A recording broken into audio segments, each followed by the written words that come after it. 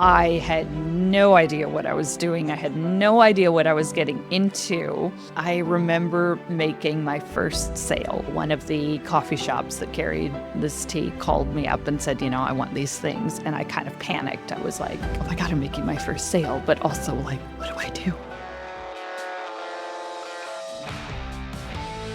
Welcome to The Hurdle, a podcast where we talk to interesting, everyday entrepreneurs. We tell our stories. I'm Max. I'm Jade. Let's dive in. Let's go. Hey, welcome back to The Hurdle. My name is Jade, and I am joined by my awesome co-host, Max. Hello, hello. We're excited to introduce you to this week's entrepreneur, Angela McDonald. What I think is so cool about her and inspiring is that she did not want to get into business all. She was like adamant about not taking business classes in college. Right? Yeah, it's insane. Yeah. And then she goes and buys a business. A tea company. Which was like a lifestyle decision, right? Right. It fit into her lifestyle. It wasn't the other way around, like a lot of businesses. Right. Yeah. Totally. And then crazy how it progressed. Like she had young kids when she bought it. So she's like in her kitchen, like baby on hip, toddler running around. Literally bagging juggling. tea. Yeah. Right? Right. Just a lot of grit, honestly. Yeah. But she's no longer in a house. So she's progressed. Moved into a commercial space. Right. Always a big win for any new business owner. A lot of neat tips too about using mentors, zoning.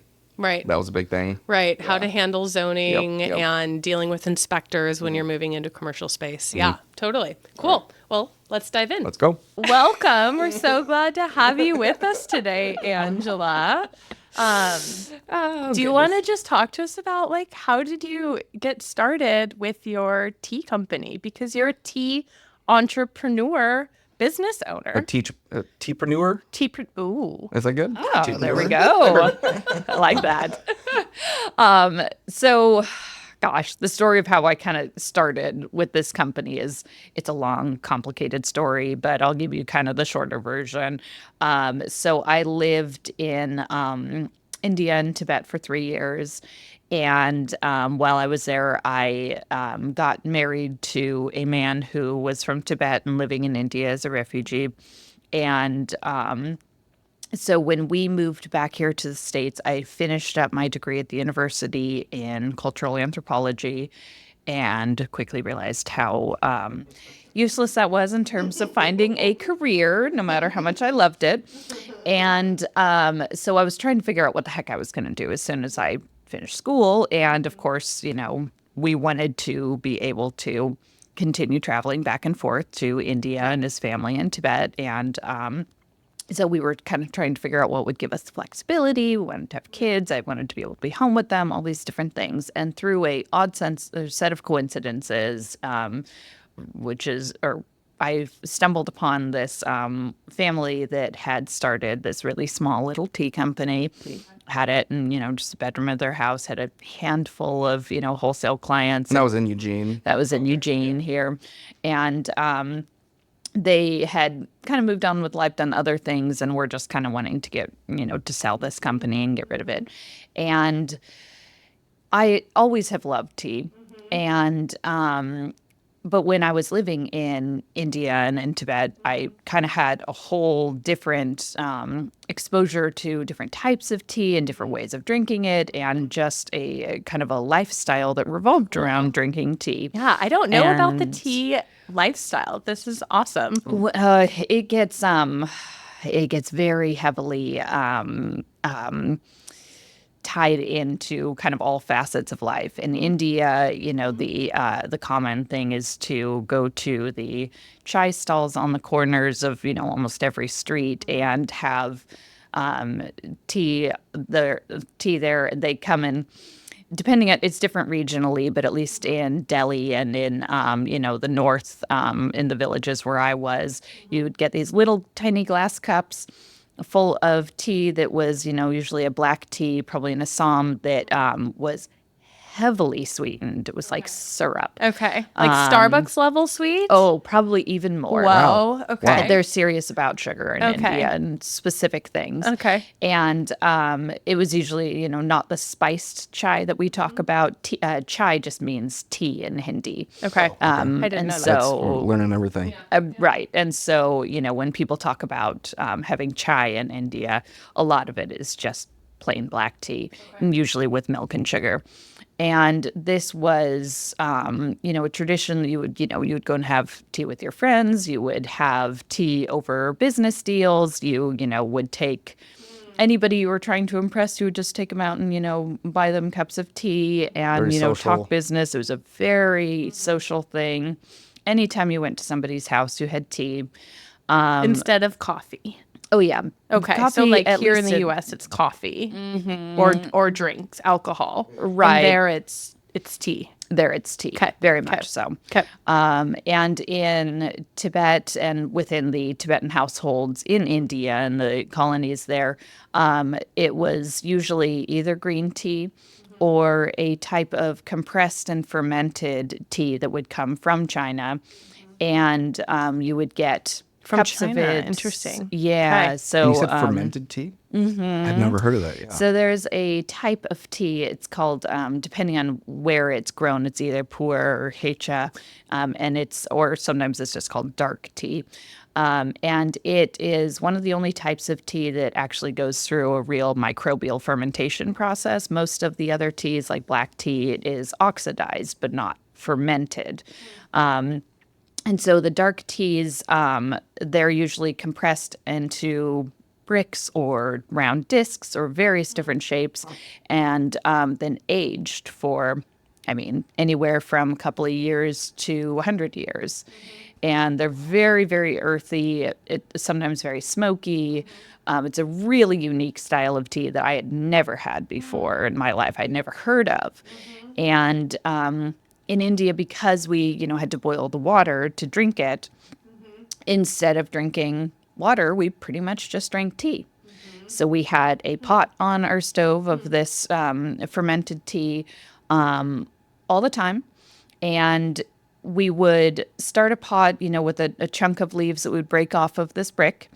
And then just keep, boil it, drink the tea, add more water, reboil it. And as it started to get kind of weak, we'd add some more leaves in. And we would do this for about 2 to 3 days. And then the pot would get kind of full of leaves over time. And we'd take it outside, dump it in the bushes, and then start a new pot. And this was just what we drank. We drank it from, morning till night when we went to sleep. And anytime anybody came over, I'd offer them a cup of tea. And if we had green tea, which was a little bit more kind of special, then, people would drink that, or we'd offer that to people. And instead of, nobody there ever used tea bags, except sometimes it was all loose leaf, except for, the chai stalls, they would mostly use the loose tea, but some of the places with the Indian chai, they would have it in bags. But I remember I brought some herbal tea bags with me one time when I, came home for a little bit and then went back. I brought some with me to have there, and my husband looked at it. He's like, "What the heck are these things? What are these little weird bags?" And I was like, "It's a tea bag." He's like, "This is not tea. This isn't how we do tea. Yeah, Come on." And I think I had brought a licorice tea that I really loved over there with me. And I was like, no, it's really good. You'll like it. It's really different. And he tasted it. He was like, "Oh, this is medicine. This isn't tea. What are you talking about?" Because in Chinese medicine, they'd use a lot of licorice for, things for the throat or, cough or whatever. And so he just thought that was the weirdest thing in the world. He was not sure why the heck I was doing all this. But so it was just an extremely different way of drinking tea. And with the green teas, it was all loose. And so you would just throw the leaves into a cup, pour the water in, and you just drink the tea off the top of it. You didn't strain it out. You didn't have a bag that filters it. You didn't have a pot that you would pour it out of. Just toss it in a cup and drink it that way. And when I went to China, and then into Tibet. I noticed, like, when I arrived in China, the taxi drivers all had in their, kind of cup holders, they had these giant jars that would be half full of green tea leaves. And everywhere along the streets, they would stop and there'd be people there with jugs of hot water and these big, beautiful flasks. And so they would just pour more hot water onto their cups. Wow. And that was what they drank all day long while they were out, running people around. Caffeinated or not caffeinated? Or a mix? Caffeinated. Caffeinated usually. Yeah, all green teas, unless they're decaffeinated, are caffeinated. You mentioned But- green tea being like kind of special. Why is that? Just in India, it was a little more special because it wasn't as common and easy to get in India. And also, like, the fermented teas, they can last forever and are easy to transport. So, you could just have one, a brick that lasts a long time and, didn't have to be super careful about storing it or anything like that. And the green teas usually were more expensive, so people there couldn't always afford it. They came from China, and usually they're a lot more sensitive. You have to keep them kind of wrapped up, packaged. During the monsoons in India, it is impossible to keep anything, fresh and, sealed up because the water and the air just penetrates everything and molds everything. And so the green teas were just a little bit harder to get and to keep fresh. They do tend to, lose their flavor and get kind of stale pretty quickly. So they were always a little bit more special. But yeah, so I had all these different experiences with drinking tea, and it was so interesting to me. And I loved the culture of it. I loved the way that it was such a social way of, bringing people together and, expressing, care for people, or, just the way that so many different aspects of life and business and everything, happened over cups of tea. And so yeah, when I discovered that this company was for sale, I knew nothing about business. I mean, nothing.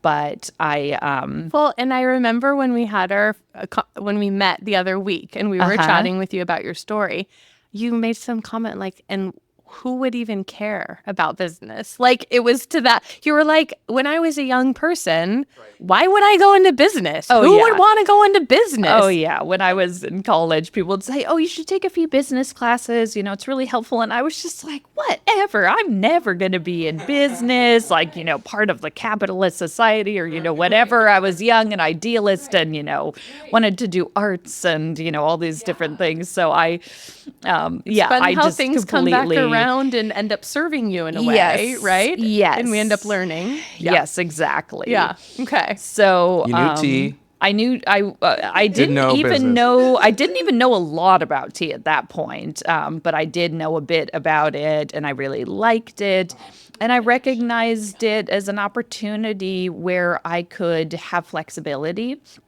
to raise kids and have a more flexible schedule, and also I tend to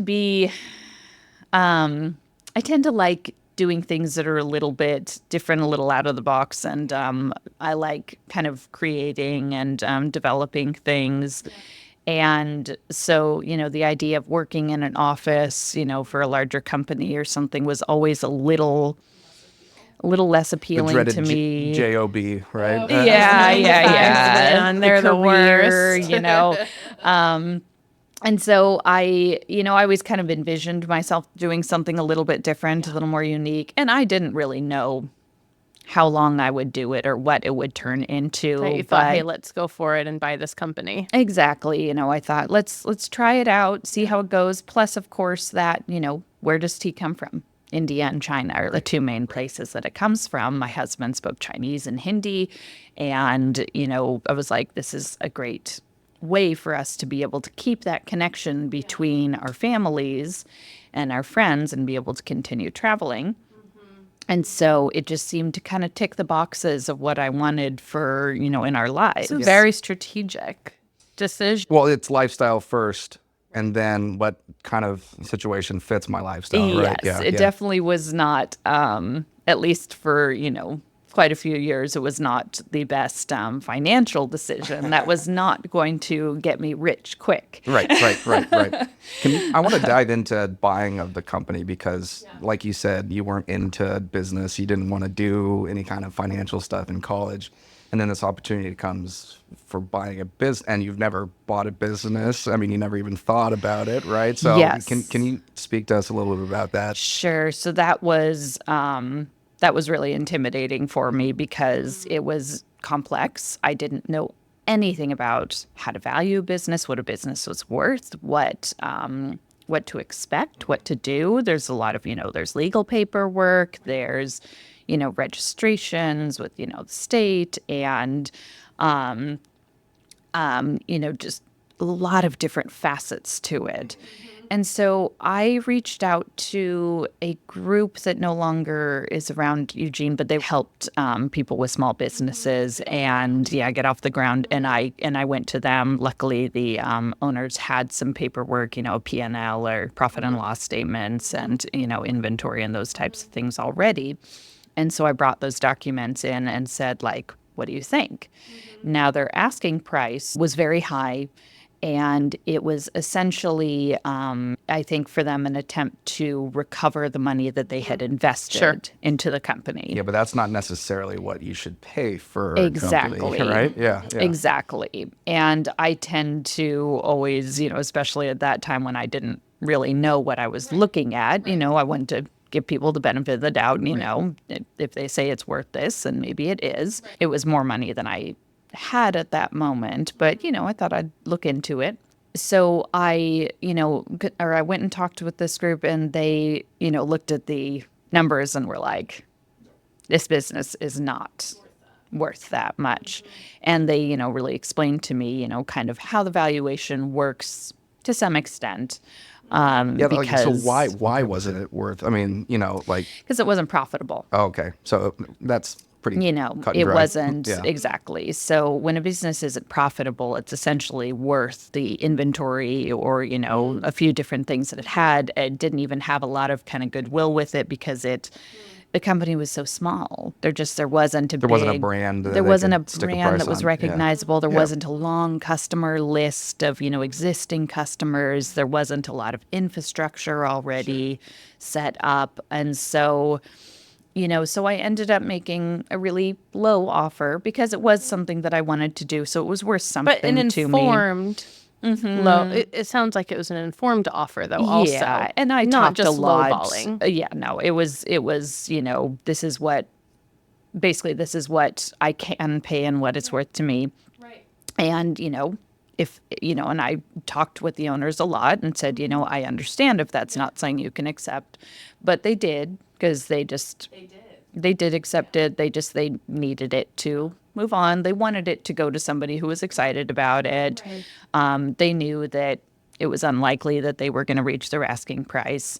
So I ended up acquiring the business, and it was very frightening. I bet that was a huge moment.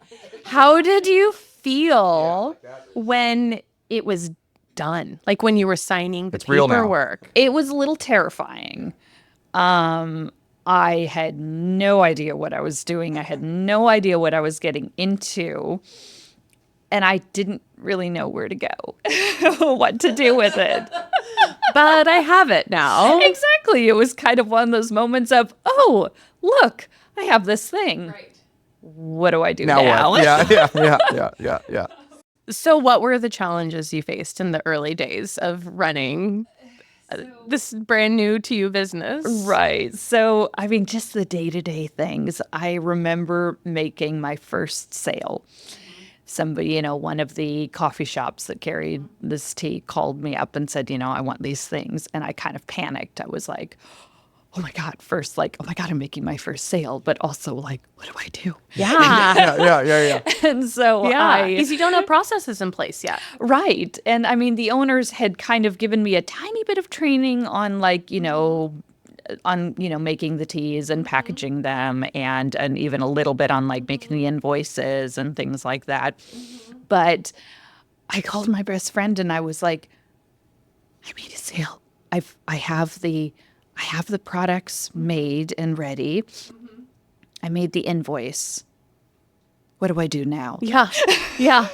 Send an envelope of cash. And what did she say? He said, he said, well, do you know the secret business handshake? I was like, what do you mean? He said, well, you can't do business without the secret business handshake.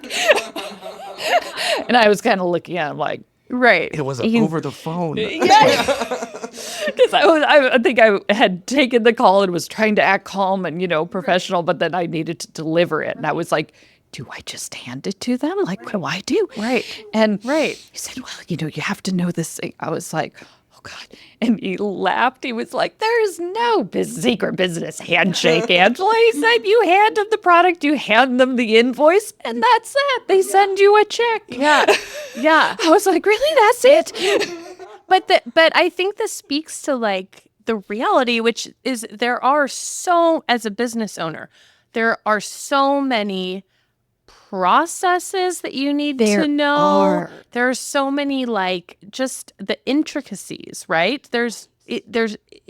It's not as straightforward as we would like it to be so often. And that's the thing I've learned over Right? time. So in a sense. And you knew that. You just Right. I knew it, but I didn't know how, like, what the process was and kind of how to verbalize.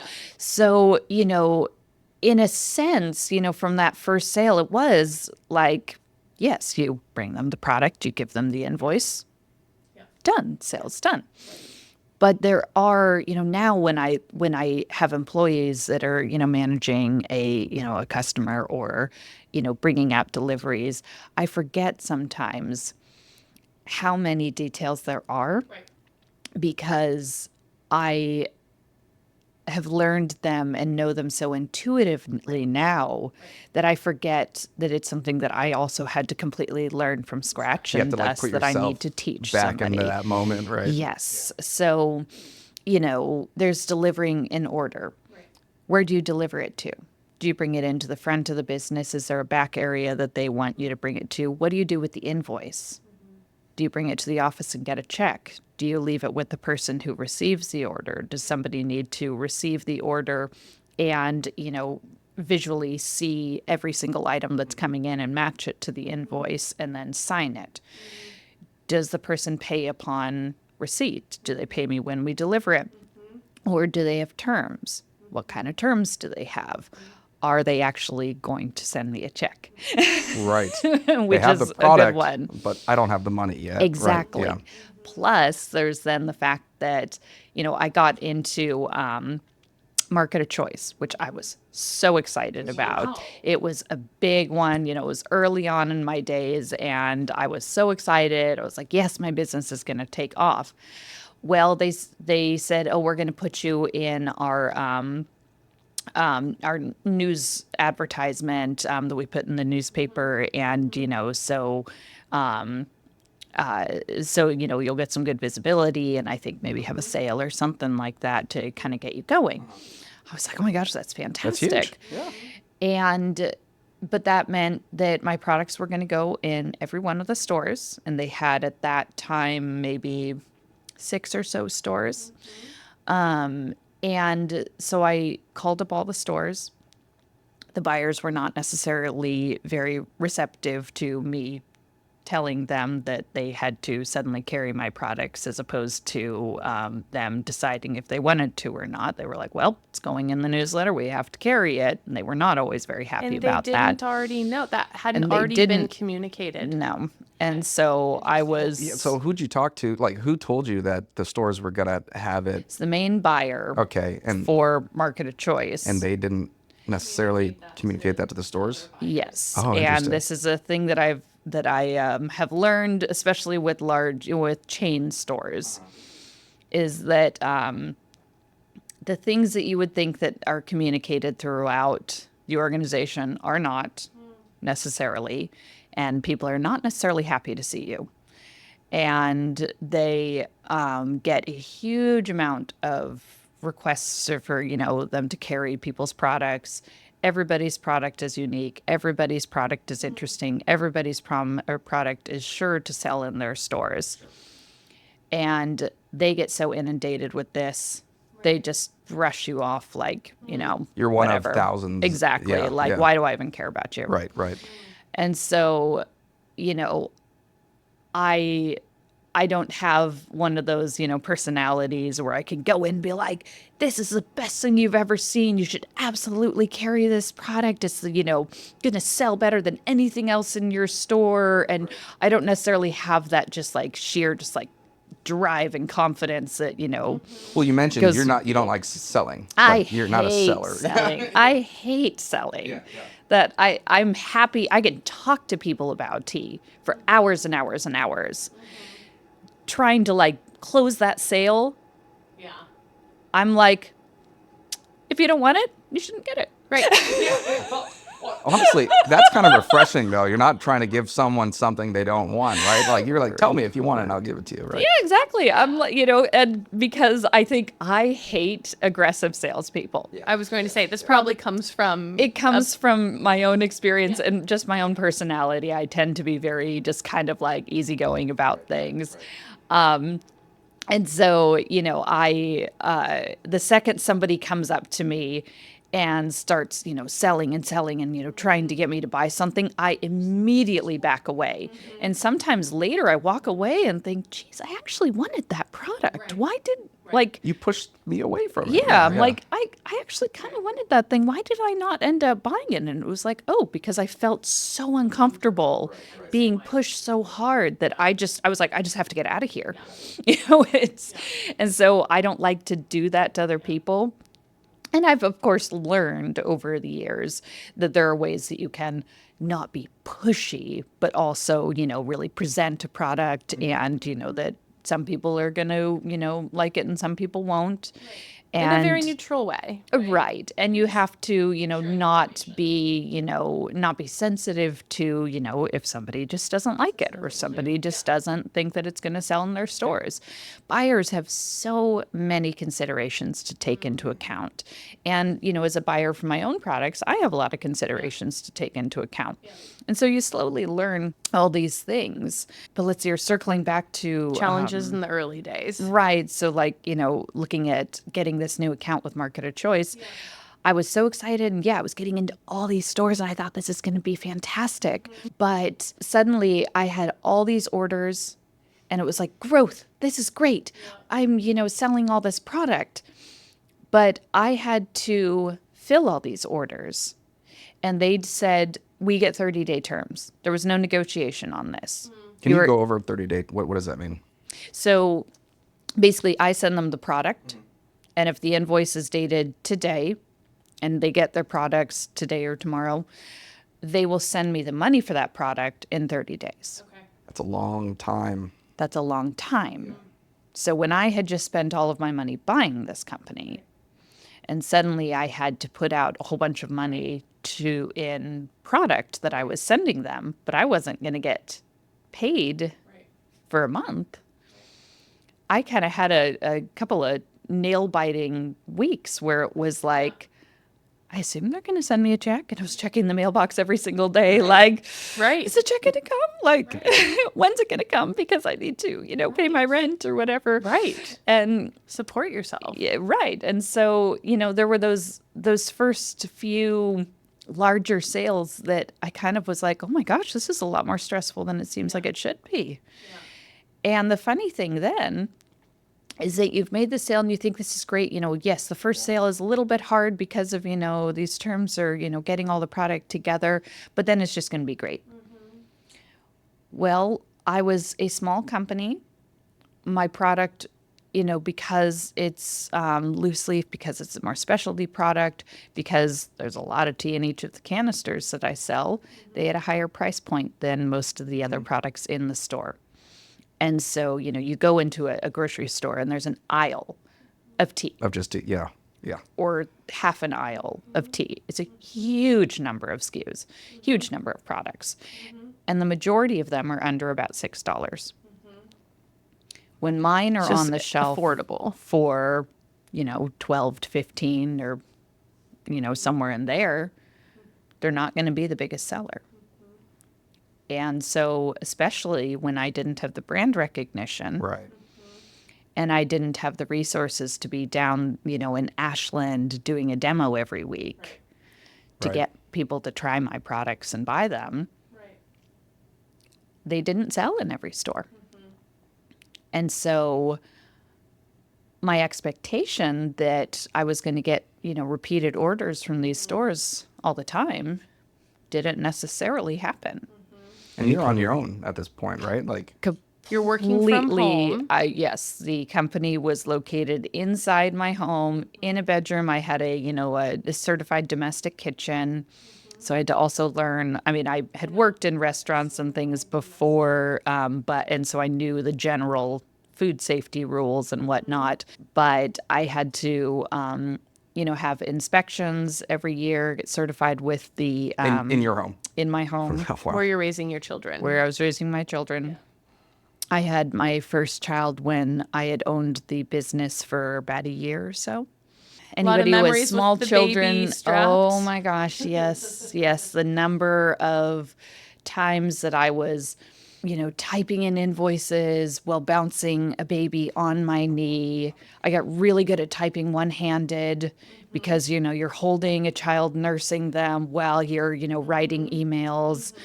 And, the number of my kids both luckily loved being in one of those ergo carriers. Oh, yeah, yeah. And so they kind of lived on me.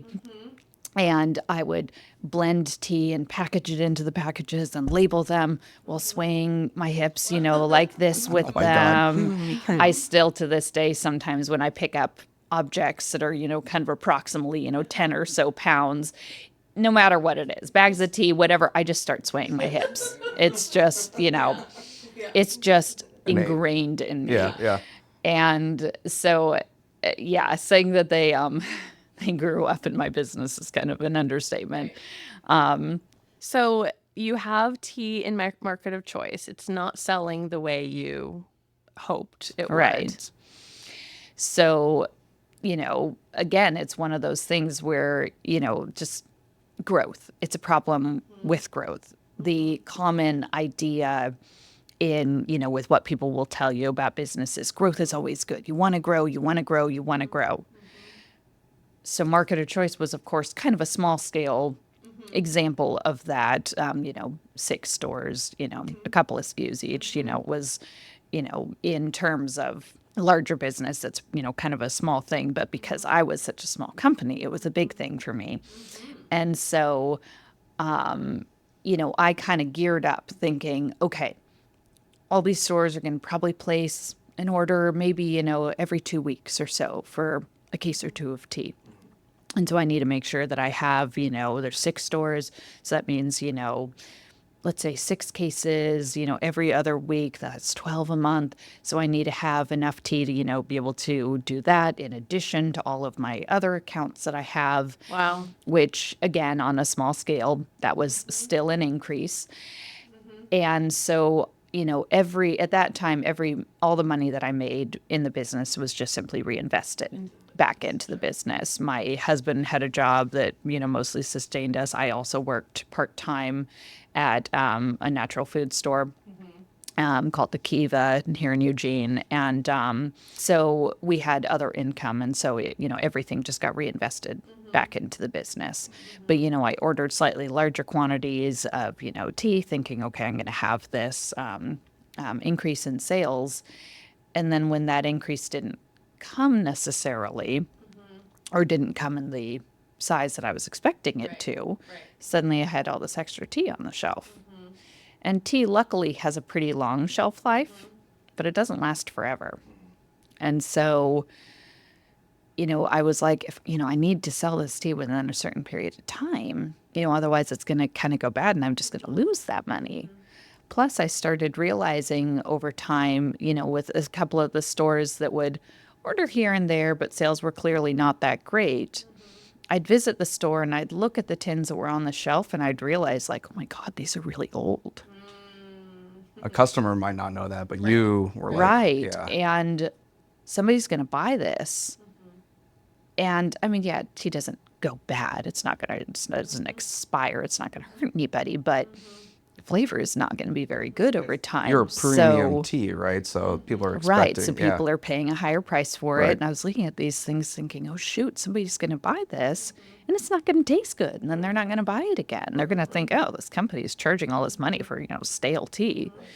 So I realized that, yeah, selling into these stores that didn't move the product quickly enough to keep it fresh was also not helping my company. Right. And so there were a whole bunch of downfalls with this. And I kind of did a similar thing with Whole Foods. I got into Whole Foods, just the Eugene one when it first opened. And there were various different kind of grocery stores like that I got into and had similar things. Like they would sell, but not very quickly. The companies, the larger chains that had lots of different stores, and sometimes the buyers were in like Washington or Texas or, various places that they were not even around. You could hardly get a hold of them. You could hardly communicate with anybody. What the buyers in the stores would say were very not necessarily the same as what corporate would say.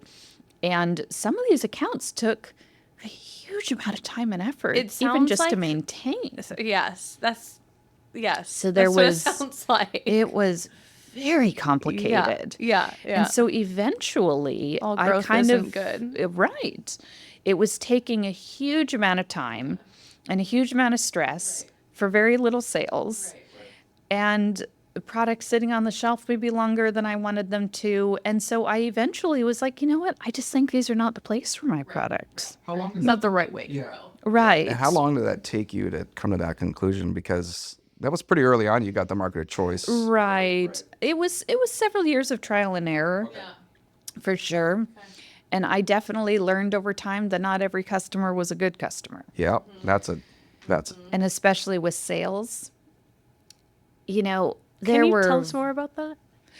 so sales are tricky. And like I say, I do not enjoy sales. Some people do, and I'm extremely happy that there are people that enjoy doing sales because I am not one of them. right. So, sometimes I would think, okay, I just need to buckle down and just, really do this, really push the sales. And I'm just going to like set schedules and just call people and call people.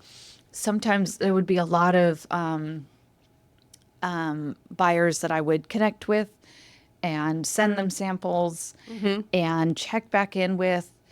And there were a lot of people that over time I started to realize they didn't really actually want my products, or maybe at some point, but not now. But they didn't really want to tell me no.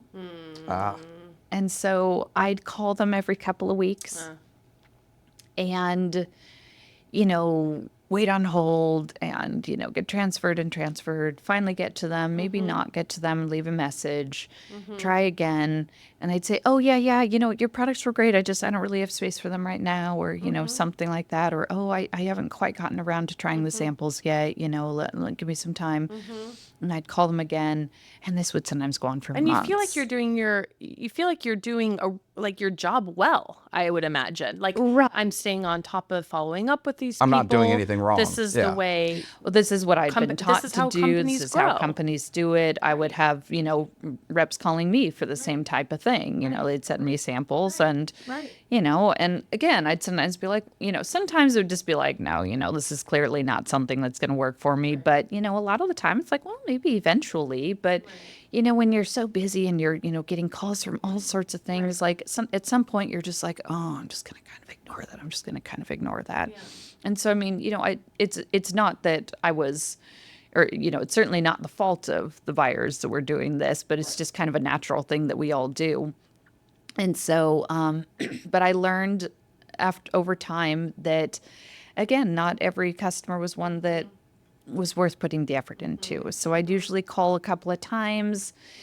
And then if they still were just kind of like, oh, I don't know, I'd be like, I'm just going to kind of leave this one Check her off the list. Yeah. and move on to the next.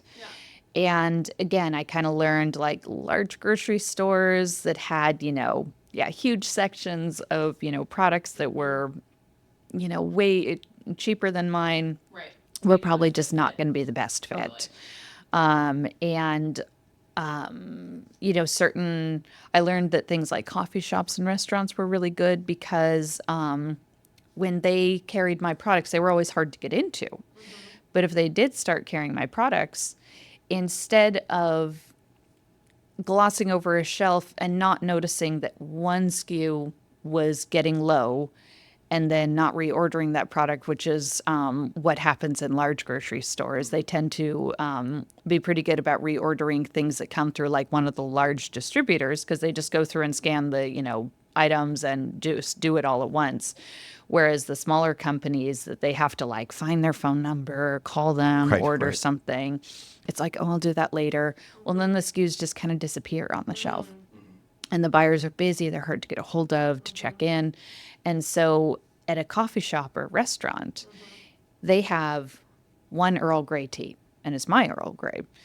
They don't want to be out of stock because they don't want to have customers coming in saying, I want a cup of Earl Grey, and then saying, nope, I don't have it. Right. So they were really on top of calling me, reordering, not letting themselves run out of things. And it was, really consistent. Yeah. So, again, I just kind of learned that those were better uses. Exactly. Plus, bulk tea, pounds as opposed to the, retail canisters, I had a better profit margin on. And so, it was far better for me to sell a whole bunch of pounds of bulk tea than it was to sell a couple of individual canisters of tea. So you again, you kind of learn over time where, like which products you make a better margin on, how to push those or how to push the other ones. It just, it's kind of a learning process, and it's different for every product. Sure. What works for my products is going to be completely different than somebody that, sells jewelry or handmade soap or, anything like that. Right. It's just different for everything. And the So you idea have of to- someone like knowing exactly what they're getting into just as kind of fantasy, right? Like you have to experience it first, right? Yes. Yeah. So often when people say, what should I expect, getting into or, starting my own business, I always kind of tell them that I give new entrepreneurs the same advice that I give to new parents. So when somebody says, I'm having a baby, what should I expect as a new parent? I always tell them, expect the unexpected. Right. You cannot tell what it's going to be like. To adapt. Right, exactly. You cannot know how to anticipate the needs because every child is different. And there's just so many different situations and kids go through phases and they changing. And once you start to get used to singing into a routine, well, suddenly the routine changes, and all these things. So I'm like, you can't It's the same with the expect business. it. That's a great analogy. Right. It is. And no matter how much you make your business plan, no matter how careful you are, how much you budgeted, you will never be able to know Anticipate. exactly what's going to happen. Right. Right. So I see people all the time, open a store and they have the perfect products for their store. They're unique, they're different, they're something that other stores don't have. And it turns out that 75% of the products that they've selected for their store do not sell. And so their store over time completely shifts to, probably selling within the same genre of what they were doing. But it had to go in a different direction because the things that they thought were going to sell great. You have to be flexible. You have to Just did focus not on that sell. 25% that was selling, right? Yes. Yeah. So, there's an analogy. I'm terrible with numbers. I can't remember the exact numbers, but 90% of your profits come from 10% of your products or something like that. And there's still kind of costs, opportunity costs associated with only carrying 2 or 3 products. Right. But you have to be able to recognize that you're going to have some really good sellers and you should focus on those. And you may have some other things available, but if something is not selling well, Let it go. Let it go. Yeah. Move on to the next thing. Find out what does really work. Find out what works for your customers. Find out what works for you. Find out, what kinds of things are feasible, what you have a good supply chain for. That's a huge one.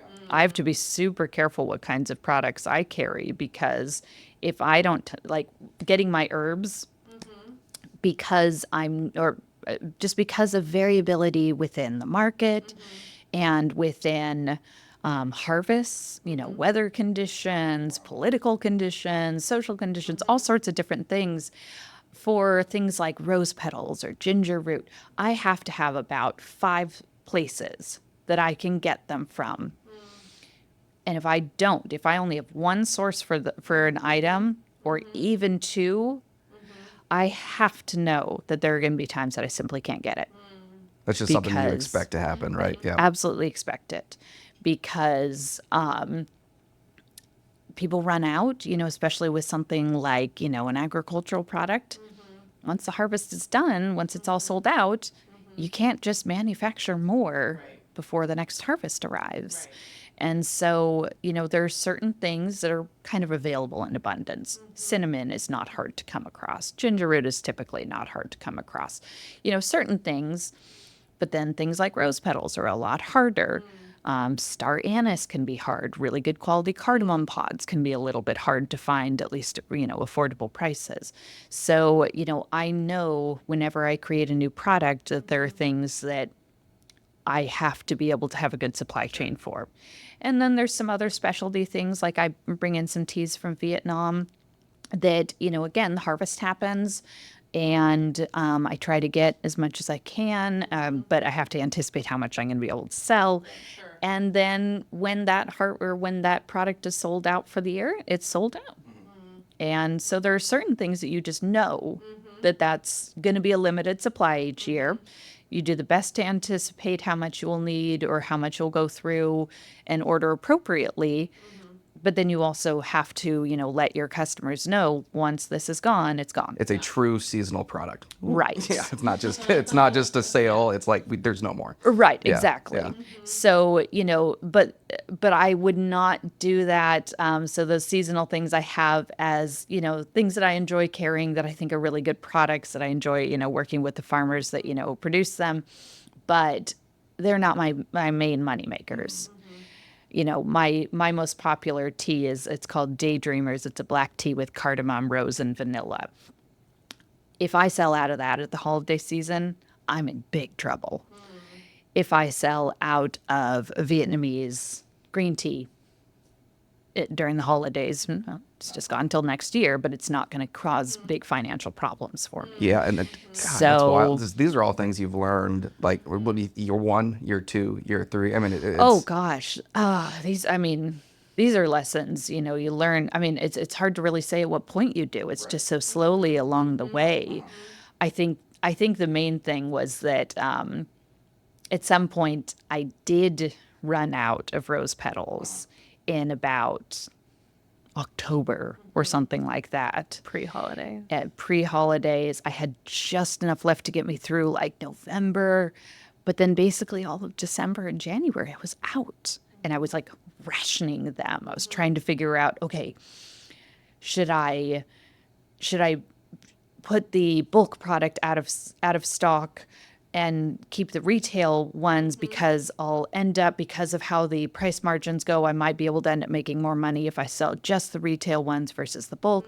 Or, I had to do all these kind of calculations, and I couldn't believe the number of people who were upset that they could not get that Daydreamers tea as a gift around the holidays. And it just broke my heart every time. I was like, I'm trying so hard, but nobody in the entire world has organic rose petals left. Right.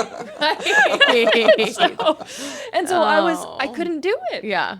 Because I couldn't find them anywhere. I would think that's probably the last time that happened, or Mostly. There have been a few occasions where I've had to go like short periods of time without it, where, I was waiting for stock to arrive and I was just like down to that absolute last little bit. And like any customer that I knew could kind of wait, I was like, can I send it to you in a few weeks when I get more in there, And so Oh my it was, gosh. it was kind of funny. Yeah. But you learn a lot about your individual products. And it's so funny, like so many of these lessons, again, talking about, how to anticipate. When I go to, I don't think of my product as being super unique in terms of it's a food business, it's a food manufacturing thing. There's a million of those, maybe, I mean, there's a lot of tea companies, but, still like in any given region, there's only a few usually. And so that's a little unique, but it's, it's the same type of thing as anybody making hot sauce or, whatever else.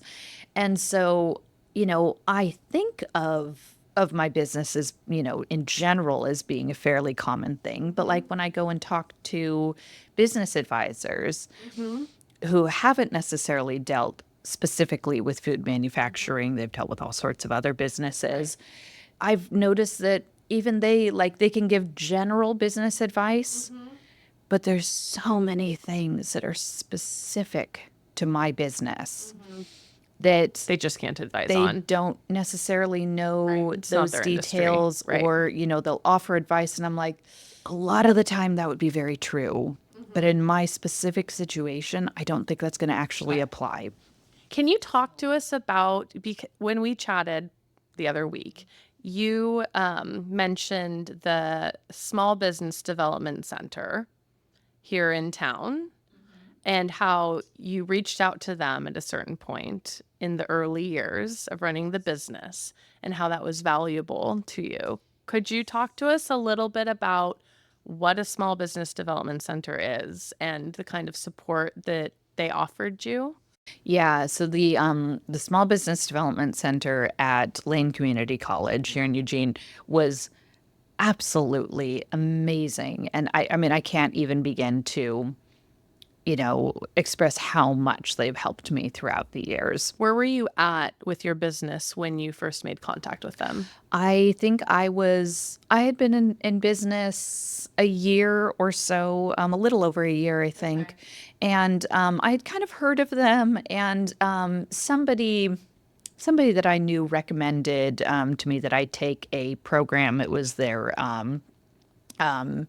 small business management program, and it was a 3-year class. Oh, wow. And I think the classes were maybe every 2 weeks in the first year, and then after that it was once a month or something like that. Okay. But I went through the whole program, and it was so helpful, so helpful, inspiring, affirming, educational. And are your all those classmates other new entrepreneurs? new or existing. Some of them had been in business for several years or even quite a few years, but just needed to kind of learn some new techniques of doing things. Some of them hadn't even started a business yet. They were just in the planning stages. Some of them had, like me, had been in business for a year or two, but were still figuring out what to do. It was a whole range. And I mean, everything from, people who owned a dental clinic to, tea, to a landscaping company, to, restaurant owners. I mean, all sorts of different businesses. What a great network, Oh, it's fantastic, because then it was interesting to learn about facets of other people's businesses that I hadn't thought of. All these things that you learn about other businesses help you then connect to other businesses, because, like working, for example, in restaurants. Luckily, I had a background of working in coffee shops, restaurants, and natural grocery stores, which was a great background for my type of products. And, so I got to know how, like at a coffee shop, you never call and try to get a hold of a buyer or a manager at really busy times, Right. peak times. 7 a.m. Yeah, you never call a restaurant at lunchtime. because they will hate you. Right. Right. And think you don't know anything. Yes, they will be like, "Oh my God, I do not want to talk to This you is the right lady that now." always calls at the time I don't want her. And so they will just like, they won't take a message. They'll be like, like, "Oh yeah, I'm writing it down, really," and they're just like, "Get out of here." Yeah. And so, because they are so slammed busy, they just they can't deal with any one other detail. And so, and again, like, if you know people who have, landscaping companies or, anything else, even though they may not necessarily be the people that I'm going to be reaching out to, you start to notice patterns within certain types of businesses and, what types of businesses, might even want your product that you wouldn't think of. Maybe Palo Alto needs to have tea in their break room for their employees, and anything like that. And, or maybe, it's even that somebody has connections to other people that you might find helpful to connect with. Networking is a great thing. Plus, in a class with other people who are dealing with the same types of problems as you are, again, it's like parents. If you try to talk to, a friend that, hasn't had kids. Limited kid experience. And you're trying to, talk to them about the problems with, getting up in the middle of the night to, deal with kids and they just won't stop crying or, breastfeeding or, any of these things. It's such a specific, nuanced thing that you can't fully know unless you're doing it. Yeah, that, trying to talk with, friends who are no interest in, kids and have not had kids and are just like, they're like, "Oh my gosh, you're talking about the color of baby poop. Like, this is, I'm out of here. Like, get away from me." And, but then you talk to other parents and they're like, "Oh my gosh. Oh, I know exactly what you're talking I completely understand. I know what you're dealing with." It's so different. And so, talking with other small business owners, I was talking with a woman locally who was originally in one of my classes. Now she owns a restaurant and she carries my tea. And she came in the other day to get a few things and we were just catching up a little bit. And it was like, "Oh my gosh, these different things happening with, the economy and affects this. And, times were super slow, but I still had to pay my employees, all that time when they were just standing around because I had to have them. And, all this product that we ordered anticipating a good day, but then went to waste because it was not a busy day and all this stuff. It's so helpful. It's affirming. Awesome. It's, creative to, talk with other businesses, even if they're, businesses that don't necessarily have to do with yours. That's so cool. So it's a fantastic opportunity. Plus, I think one of the really big benefits for me working with the Small Business Development Center was getting to talk with their advisors. So I tend to get kind of like, I get these crazy ideas and I'm like, "Oh, I'm going to totally do this thing and it's going to be amazing and it's going to be the best thing and it's going to totally reinvent my business." And then I would go in and talk to my business teacher and say, "I had the best idea." And he'd go, "Yeah, that's not going to work." Reality check. And I'd be like, "What do you mean? Of course it's going to work." Because I'm so emotionally invested in this. Right. I want it to work. It's going to work. And he'd be like, "Yeah, how are you going to make money doing that?" Yeah. Oh, that part. That's Right. right. Well, this thing, it's just going to happen. Like, no, it's not. That's so funny. And so the number of times that I did that, I always joke when, I've been seeing the same advisor through the Small Business Development Center for oh my gosh, it's been like probably 11 or 12 years. So, he knows me. And, I don't see him as often as I used to, but, I still joke with him about, him, bringing me back down to reality on a whole bunch of these crazy ideas that I had. But also just, sometimes there's just these little details that you just can't wrap your mind around. Or there's constantly new rules associated with payroll or with, taxes on those things, or just, a new, place, a new website where you register for, some sort of certification or all these things. It's just so much to keep track of, especially as a small business. When you're an owner, of a really small business, you have to be the accountant. You have to do the payroll. A lot of hats. You have to, make sure that you're compliant with all of the, overseeing regulatory bodies like the Department of Agriculture or just the Secretary of State registrations, all those things. Yeah. You have to be the buyer, you have to be the salesperson, you have to, A to Z. And so it's hard to be an expert on any single one of those things. Support is helpful. Because you're doing everything. And so, being able to sometimes, like, there are certain things I've kind of learned, like, there are certain things that I have to really be good at and that I have to really zero in and focus my energy on. And then there are certain things that I'm like, You can ask for I support. just can't, go through the 12 hours of research that it's going to take to figure out this one thing. And I can go into my advisor and say, how on earth does this thing work? And he'll say, okay, let's go to the website. I'll show you, do this, do this, do this. Okay, you're set. I'm like, oh, thank God. What are those things that you have to be really good at? Well, a lot of the things that I have to be really good at are things like inventory management, cash flow management, hiring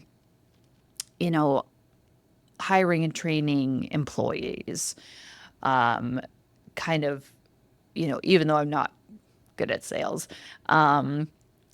keeping up with the existing accounts that I have, knowing what my customers' needs are and being able to know the nuances of dealing with each one of those businesses. Those are all just super critical. Yeah, relationship management with your accounts. Yeah. Right, relationship management and yeah, just ensuring that I'll be able to pay all the bills at the end of the month, that I can make payroll, and that I'll have the money needed to get all of the supplies that I'll need throughout the year or throughout the holidays, through the busy seasons, whatever.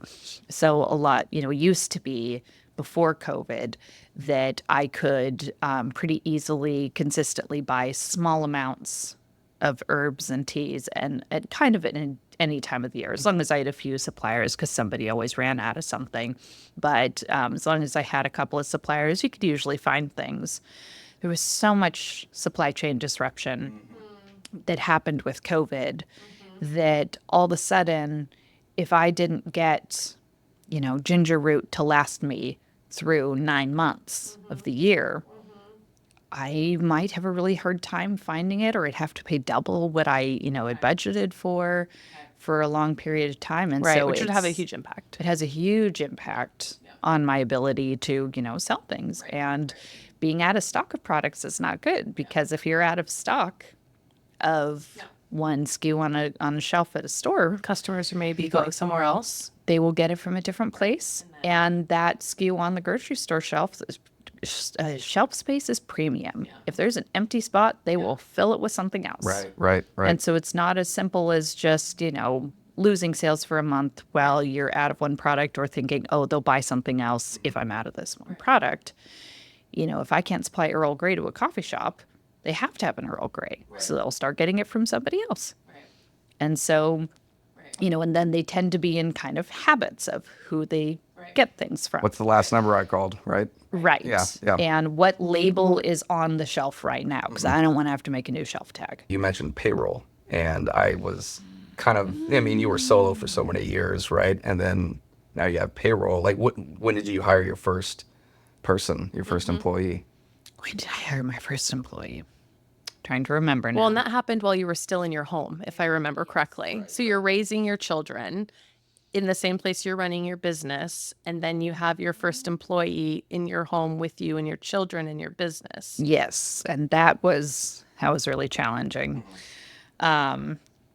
So I think I hired my first employee around, oh gosh, I'd probably been in business for about 5 or so years. And so I'd been doing it completely solo at that point. And I I got a grant through a local organization for, small and emerging businesses. And so I finally, at that point, I had been divorced for a couple of years. And so I was a single parent, and this business was my sole Wow. income. And it was really A lot of terrifying. responsibility. It Holy was a cow. lot of responsibility. I was strung very thin because I had probably a 2-year-old and a 5-year-old, and it was a very challenging time.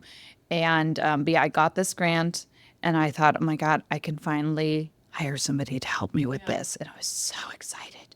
But it was also The grant really was specific. It was for no. It wasn't as specific for anything, but I knew that was the thing that I That was needed the the need. most. Yeah, yeah. And so, because I just simply couldn't get any work done, I couldn't do anything aside from just barely keeping up with orders that were coming in because I was so constricted with, children's schedules. And so I kind of developed a plan to, hire somebody very part-time. I was really nervous because I had to essentially hand this person the keys to my front door. Yeah, literally. Literally. Not just, yeah. Wow. Not essentially. And Not literally. figurative. Yeah. Right. And I wouldn't even necessarily be home all the time that she would be there. And so she had to have complete access to my home. I didn't have anything that really had a distinct barrier. Some people kind of have a whole separate unit attached to their homes. Mine was, my house. Fully integrated. Yeah. And so I had to give them, access to my house and have them be around my children. Yeah. And of course, children at that age, they're crying, they're, yelling, they're fussing. It's a dynamic they're home. Not the best running employees. around. Yeah, They're not yeah. the best employees. They're distracting. There's all sorts of things going on. And so people were like, oh, put out a job advertisement. And I was like, I can't just have a random person that I don't know anything about. An interview only tells you a few things, it's just not that. So I kind of started putting out the word through people that I knew, or, I called up a few people and kind of said, hey, do you have any employees that, are needing extra hours doing something else, but somebody that you really know and like, I ended up finding somebody through a connection with a professor at the university who taught a lot about food and anthropology and food and cultures. And he, kind of put out to some of his students that, there was this job opportunity. And I got, a wonderful woman who, was really motivated, really nice. Oh, very cool. And it was a great fit. That's awesome. And so she worked for me for, I don't remember what, a year or so. It's always so hard when you have really part-time employees Yeah, it's to not gonna- yeah. retain them. Of course, I was barely, scraping by myself. I couldn't pay a lot. I couldn't offer any benefits, anything like that. And so I always kind of knew that I would have employees that would stay as long as they would stay. And I would just have to be, thankful for whatever time I had with them, and then, hope I could find, other people to fill those spaces. And so, luckily it worked out really well. I've heard so many horror stories about employees, so many that I was terrified to, and in fact, I was trying to prep all of these things to have, an employee, and I had to, I decided to get a number code for, my front door, so that, if I had to fire somebody, I could change that it, code, right, rather wouldn't have than to rekey change your the house. locks. Yeah, Exactly. yeah. And so I was like, okay, that's, somebody had recommended to me. I was like, that's a great idea.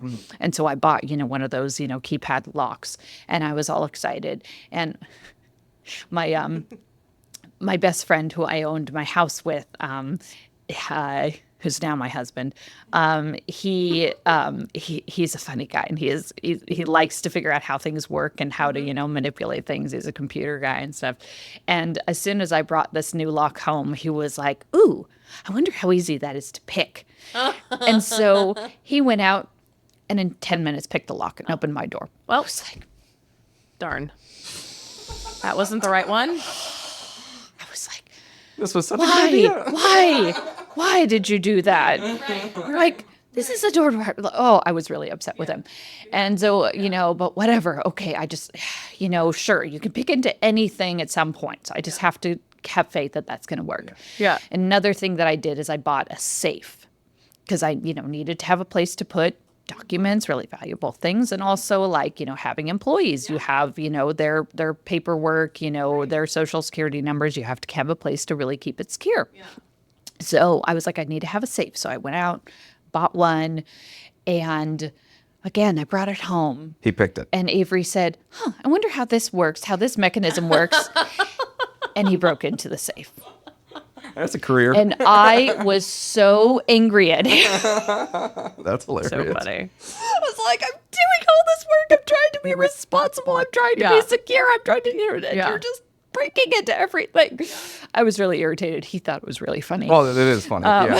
So this is like the second stage of your company, right? So it's solopreneur, the first stage. Second stage, you can call it the lock picking stage, or the revolving employees. And then the third. Yeah, and this is all at your house, right? Yeah, then this is all at my house. Yeah. And then you, at some point, sorry, just No, you're excited. you No, move go ahead. into a commercial space. So, So talk to us briefly about how you came to this decision that you needed to get out of your house, right. and what were the challenges? So having the house or having the business in my home was really, really, really great when my kids were really little because, I mean, I knew that it was impossible to try to get work done while they were with me. While, I have very energetic children, very opinionated. They did not sit quietly and just color or anything for a long time. They were very interactive. And so I, over time, learned if they're here, if they're awake, I can't get really anything specific done. So second they were down for a nap, I was working. The second they went to sleep at night, I was up until 1 a.m. working. When they got into, preschool, those were my hours to work. All of those things. And so it was really convenient because, of course, yes, you can work after they go to bed at night, but I couldn't have left home to go to another office. I couldn't leave them alone. So having everything there was great. Right. It was, it was challenging also, but for me, it really needed to happen that way. Having employees in the house made it a lot more complicated, but I was lucky enough to be able to, find people that I knew or previous coworkers, people that I felt comfortable with, and most of them were also moms, and so they were fine being around, younger kids.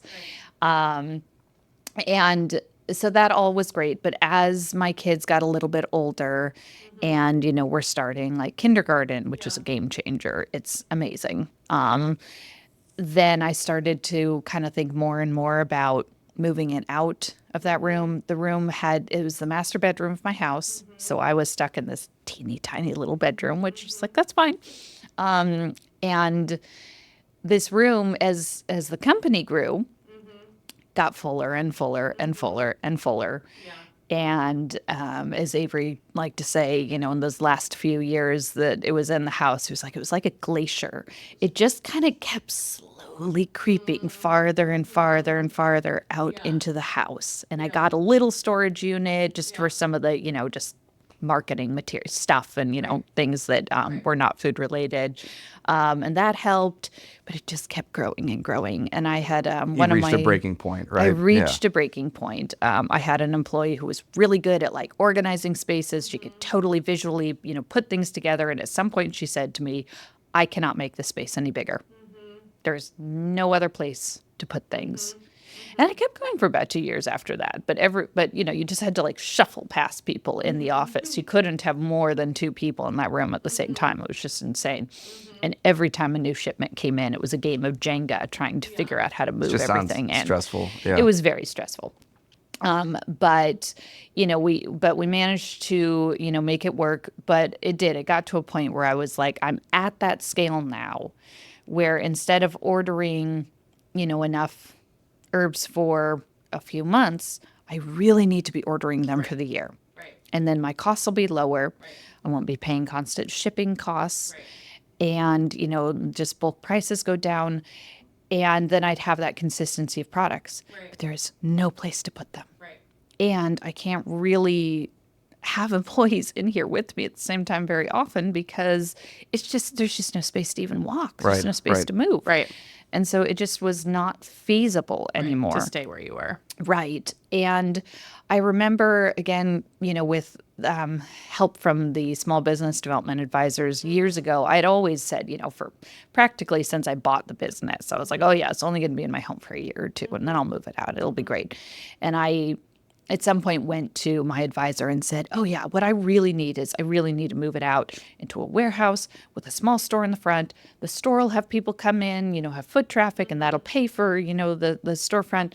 And he said, okay, so what are you going to do to get that foot traffic? Right. And I said, oh, well, it's just, it'll just come. Yeah. I'll have, signs up and people will just come. He said, no, they don't. That's not how it works. Reality Yeah. check. Exactly. Exactly.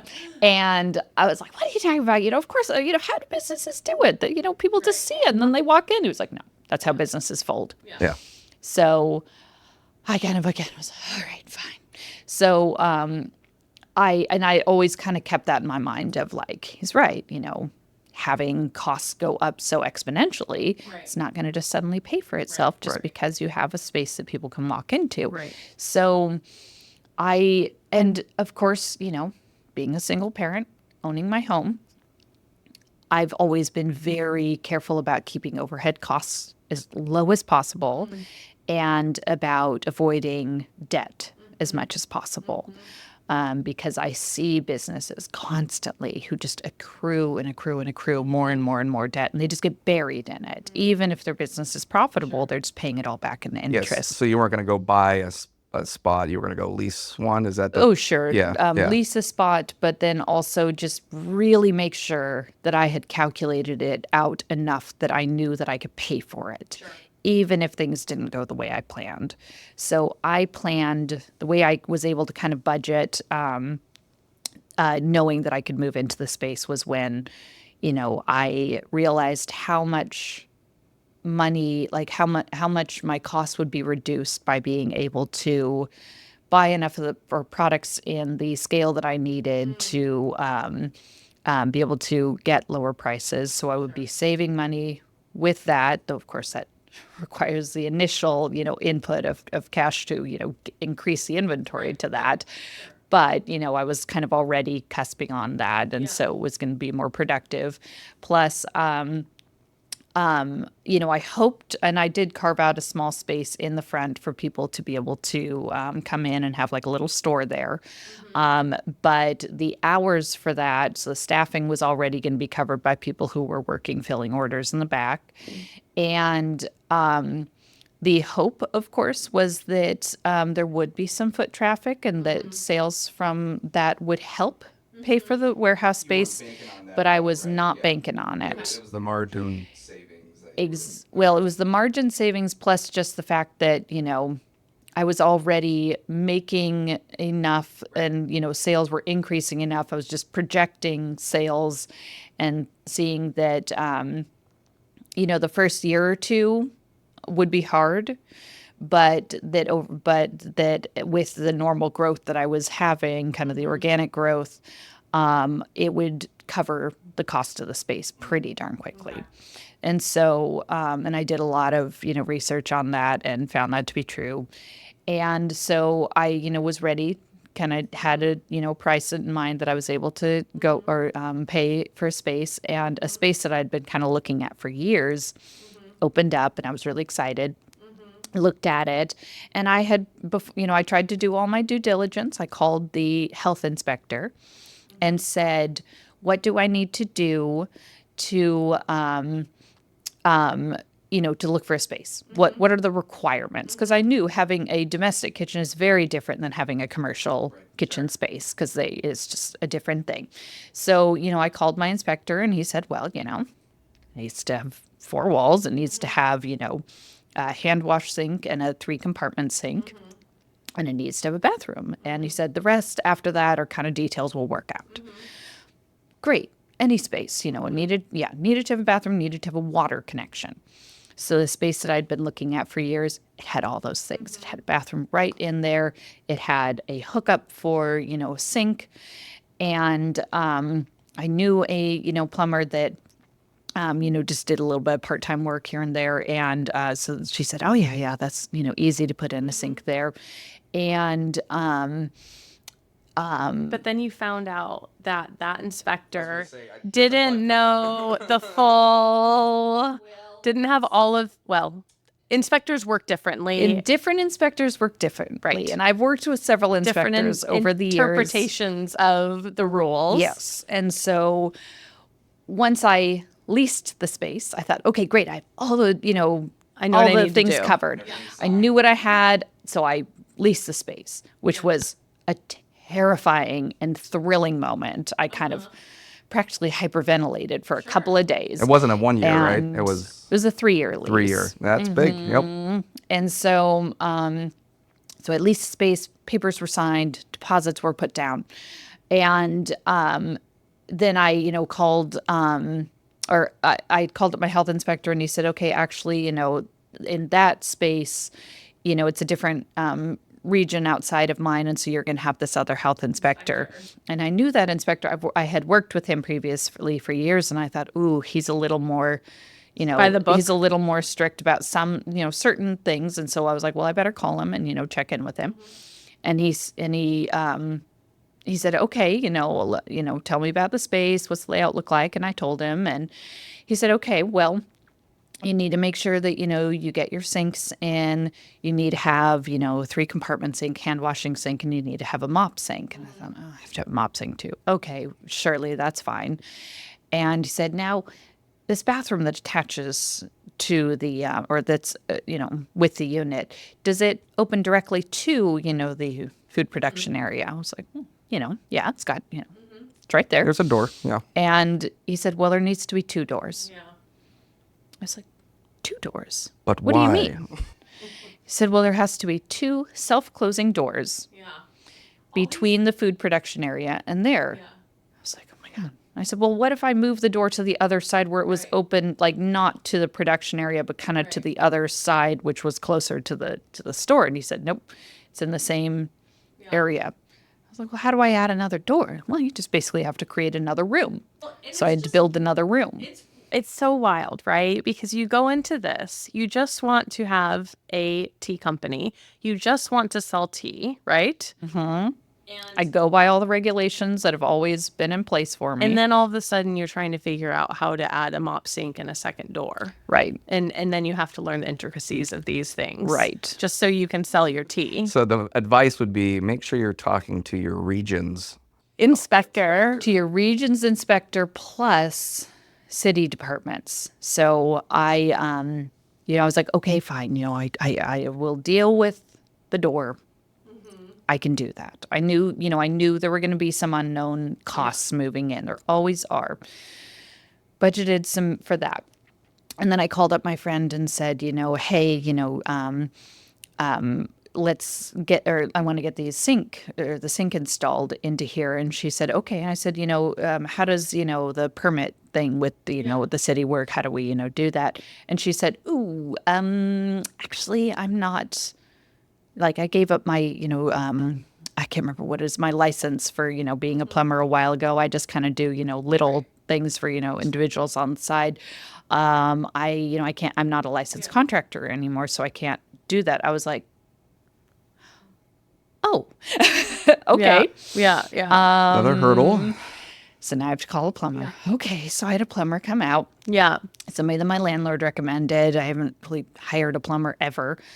And so I had him come out and he looked at it and he went, well, I mean, yeah, there's a sink hookup here, but we're going to have to get down to the sewer line to connect it because that's what the, things are going to require. So, well, we need to get a surveyor out here to see where the, line is, and we're going to have to dig up the floor.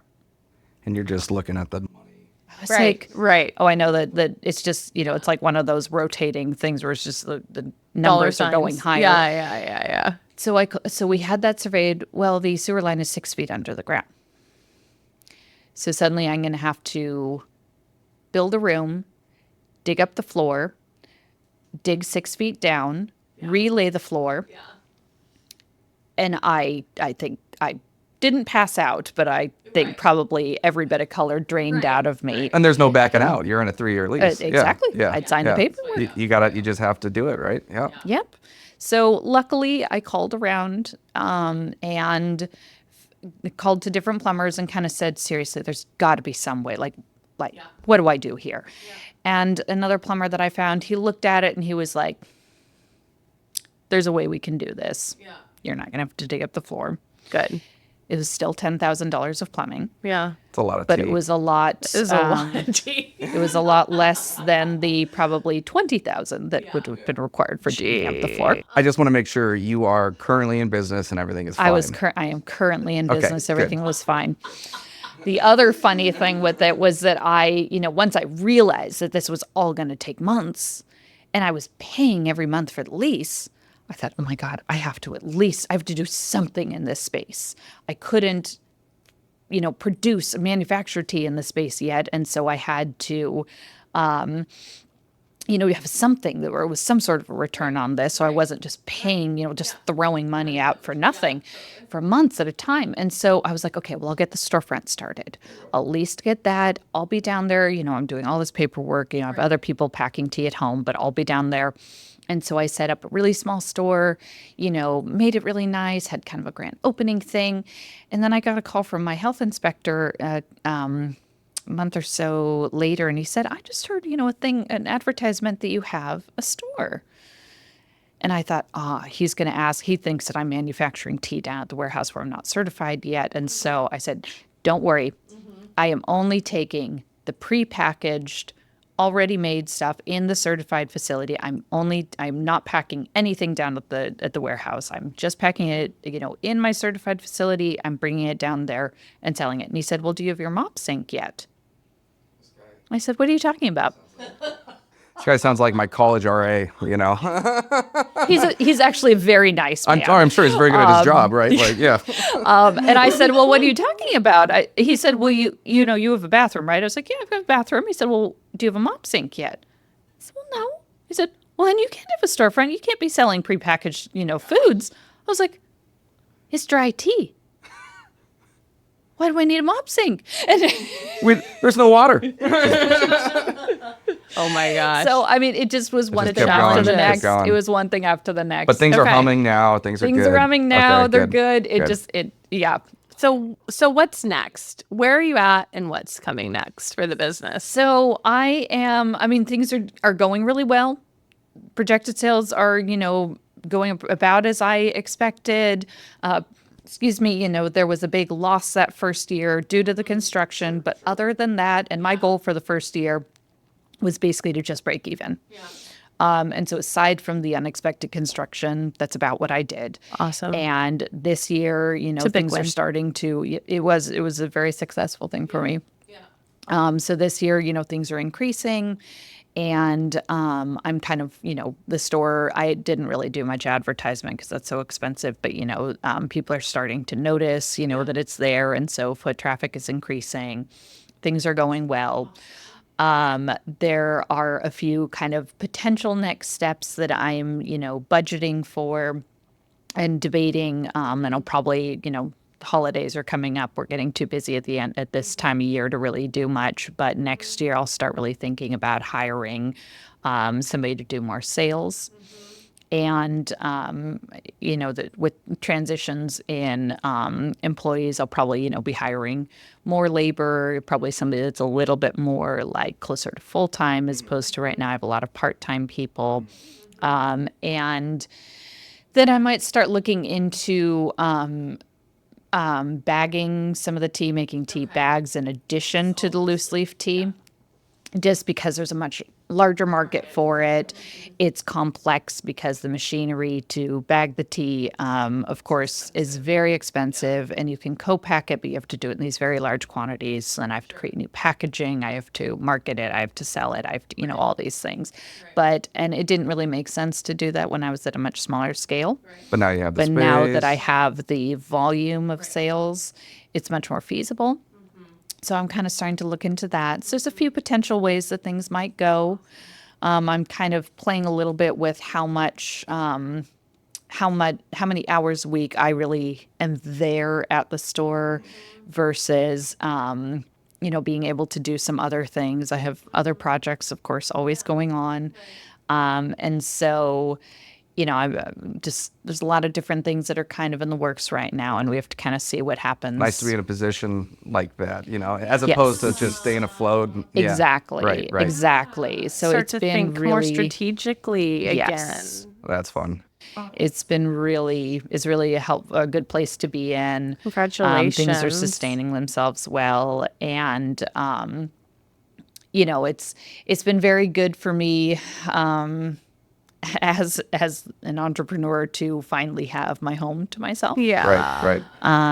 It was wonderful having the home inside of my business when my children were young, but over time Things and change. as business got bigger and had more employees, things change. And how old are your kids And now? Now they are 9 and 12. And they were babies when They this were started. Oh babies. my gosh. Yeah, put them to work. I mean, I'm not sure what the Oregon child laws are, but Oh no, yeah. I never make them work. I love it. But they do occasionally help their That's mom right, out. that's right. that. My nieces even occasionally like to just come and help out with some tasks, That's know. really cool. So I try to keep it, kind of fun for them. Well, congrats. That's amazing, and it's a long time coming. I mean, yeah, that's great. Yeah, it's been a really long time coming. It's been a fun process. It's been challenging as all heck, but it's been really fun. Love it. Yeah. Lightning? For lightning? What's the sound? It's different. We'll cut that. Okay.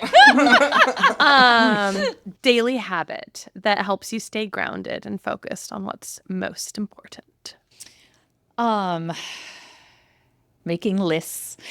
I tend to I used to say that I kind of did triage every morning. It was, what absolutely has to happen today, what can wait until later. And so one of my kind of things that I do pretty much every day is to get in and say, okay, what things do I really have to get done today, and what things, were kind of the larger scale projects, what are kind of the smaller scale that don't have to happen right now, but soon. So I tend to kind of prioritize things a lot. And sometimes it's a little overwhelming, and sometimes it's like, actually, today I can kind Some good of clarity. like take a little bit of time off, take, the dog for a longer walk, pick the kids up from school and just hang out with them afterwards. It kind of gives me a really good sense of exactly what needs to be done at any particular time. Those are, of course, short scale or short term things, but it does help every day. Awesome. Misconception people have about what it's like to run a small Oh business. gosh, where to begin? There's a lot of kind of glory and fame associated with, being a small business owner, having your own thing.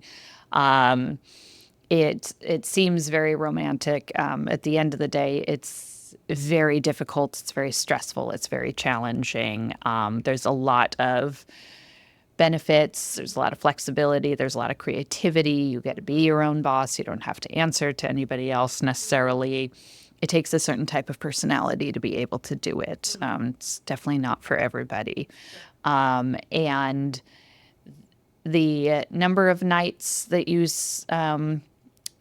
are up worrying about, potential liabilities, potential problems, finances, an employee that's not working out, any of those things are more than anybody probably ever wants to know. That's good. Okay. Advice to other moms who are starting a business. Definitely do very, very careful calculations, work with other, get advice from other small businesses, talk to, business advisors. Don't run out and grab a giant loan to start your business. Start it small. Keep your overhead costs really small. If you can, keep another job to kind of keep yourself afloat, because there's always going to be, it's always going to take longer than you anticipate to really become profitable. And a lot of and don't go out and just lease a space immediately. Leases are very complicated and very dangerous. They can be wonderful to have a space, Right. but Security. it's a very long-term, liability that you have to hold on to. See if it works So out just- before you jump in. Yeah. Exactly. Yeah. Keep it as small as you can until you really know if it's going to be viable or Okay. not. Awesome. Last one. What's one thing about tea that you think people should know? The variety within tea. So often I have people come up and say, "Oh, I don't like green tea. It's too bitter. It's too, green. It's whatever." Or, and so I don't like tea, or I don't like black tea because of this. There is a tea for everybody. Ooh. There You said you weren't a salesperson. Like I say, I can talk about tea forever. I just can't make you buy it. No, there is absolutely a tea for everybody. There are, almost innumerable variations and types, and it can be so complex and engaging and fun. And there is just nothing better than finding your perfect tea and then holding a warm mug of it in warm winter or on cold winter days and just Selling me It's like just crazy. wonderful. This is, oh my goodness. I know. Now I want to go to the Now I grocery want to see. Yeah. no, you want to come down to my shop. That's right. That's right. Sure do. Oh my gosh. Oh. Thank you so much thanks for for coming. joining us today. You're welcome. That was- Thank you for having me. Yeah. It's been Great. very fun. I learned a lot. I sure did. Yeah, All yeah. right. We'll see you next time. Thanks for listening. Thanks for joining us today. We'll see you next time.